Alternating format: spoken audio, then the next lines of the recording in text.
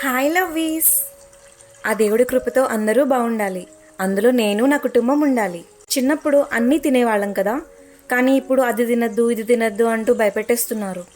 ప్రకృతి అన్ని ఆరోగ్యకరమైన వాటిని మనకు అందిస్తుంది, కానీ మానవుడికి అతి తెలివితేటలు ఎక్కువై ఆహారాన్ని కల్తీ చేయడం వల్ల, ఇంకా జంక్ ఫుడ్స్ వల్ల, వెజిటబుల్ ఆయిల్ వాడిందే మళ్ళీ మళ్ళీ వాడటం వల్ల వాటి పర్యవసానం మనం అందరం అనుభవిస్తున్నాం. కాబట్టి ఇంట్లోనే ఆరోగ్యకరమైన ఆహారాన్ని చేసుకొని తిందాం. ఈ వీడియోలో మెత్తని గుండ్రని ఆరోగ్యకరమైన మొక్కజొన్న బూరెలు ఏ పిండి లేకుండా ఏ పప్పు లేకుండా చేయడం చూపిస్తున్నాను. పిల్లలకు పెద్దలకు కూడా ఆరోగ్యకరమైనది, డయాబెటిక్ వాళ్ళకి కూడా ఆరోగ్యకరమైనది. హెల్త్ ఈజ్ వెల్త్ కదండి. ఆరోగ్యంగా ఉంటేనే మనం ఏమైనా సాధించగలం. మనకు ఉన్న వాటిలోనే ప్రేమతో ఆరోగ్యకరమైనవి చేసుకొని రుచిని ఆస్వాదిస్తూ తిని ఆనందంగా జీవిద్దాం.